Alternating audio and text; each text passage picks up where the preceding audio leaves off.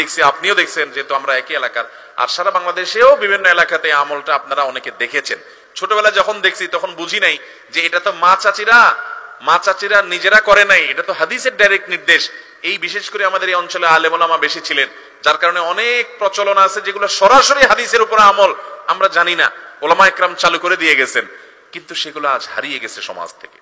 নবী করিম সাল্লাল্লাহু আলাইহি সাল্লামের স্পষ্ট একটা হাদিস, এই হাদিস যখন পড়লাম আমি, তখন আমি অবাক হয়ে গেলাম, হায় এই হাদিসের উপরে আমলই তো আমাদের মা চাচিরা করতো। হাদিস পাইলো কোত্থেকে? ওলামা একরাম অধ্যুষিত এলাকা বৃহত্তর নোয়াখালী, তারা ঘরে ঘরে হাদিসের উপরে আমলগুলোর প্রচলন দিয়ে গেছেন। মানুষ জানতো না যে এটা নবী সাল্লাল্লাহু আলাইহি সাল্লামের নির্দেশ, কিন্তু চমৎকার একটা সৌন্দর্য ছিল। এটা শুধু এলাকা নয়, সারা দেশেই হয়তো ছিল, কিন্তু আমরা এলাকা বেশি দেখেছি, এটা ঘরে ঘরে দেখেছি। একবার নবী করিম সাল্লাল্লাহু আলাইহি সাল্লামের কাছে বলা হলো, হে আল্লাহর রাসূল, আমাদের একটা লোক, একজন পুরুষ আছে আমাদের মধ্যে, একজন পুরুষ ছিল আমাদের মধ্যে, এই লোকটা অনেক নামাজ কালাম পড়তো, খুব নামাজি হিসাবে প্রসিদ্ধ। ভালো করে খেয়াল করেন হাদিসটা খুব ভালো করে। লোকটা খুব নামাজি কালামি হিসাবে সবার কাছে পরিচিত ছিল। কি হিসাবে পরিচিত ছিল? নামাজি।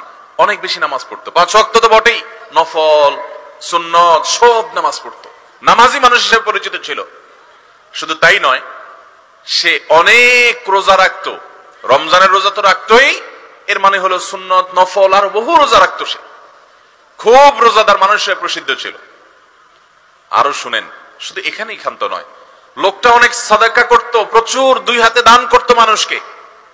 ভাইরা আমার, প্রচুর পরিমাণ নামাজ, প্রচুর পরিমাণ রোজা, অনেক বেশি দান সাদাকা করত একটা মানুষ। এই কাজগুলাকে ভালো কাজ না ভালো কাজ না? নামাজ পড়া তো পড়া, আবার অনেক নামাজ পড়া, রোজা রাখা তো রাখা, আবার অনেক পরিমাণে রোজা রাখা, দান করা তো করা, আবার প্রচুর পরিমাণে দান সাদাকা করা। এটা কি ভালো মানুষের লক্ষণ না খারাপ মানুষের লক্ষণ?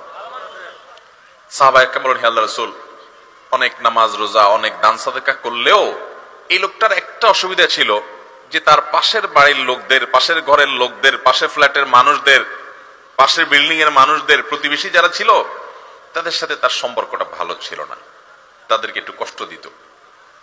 এই একটা সমস্যা ছিল। এখন এই লোকটার কি হবে? আল্লাহ তাআলা তার নবী সাল্লাল্লাহু আলাইহি সাল্লামের কাছে ওহী পাঠান জিবরিলের মাধ্যমে।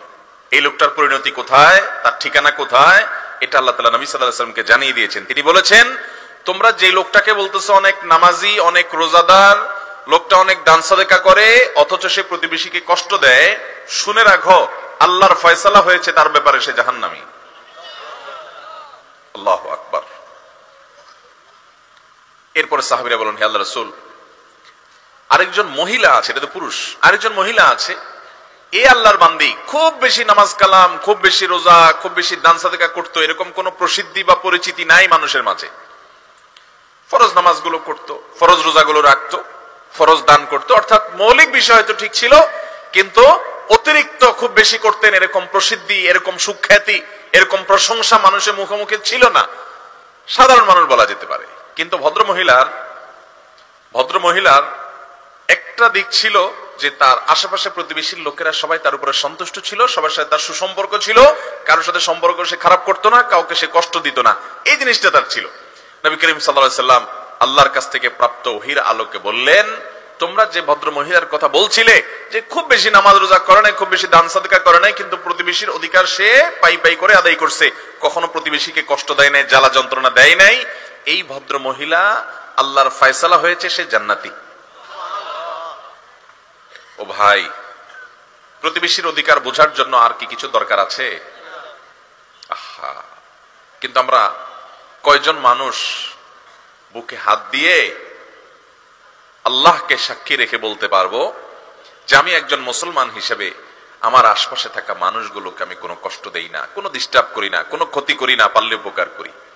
এরকম বলার মতো, এরকম ঈমানী শক্তি আছে, এরকম নিজের প্রতি নিজের আস্থা বিশ্বাস আছে, এইরকম বলার মতো মানুষ আমাদের সমাজে অনেক কম।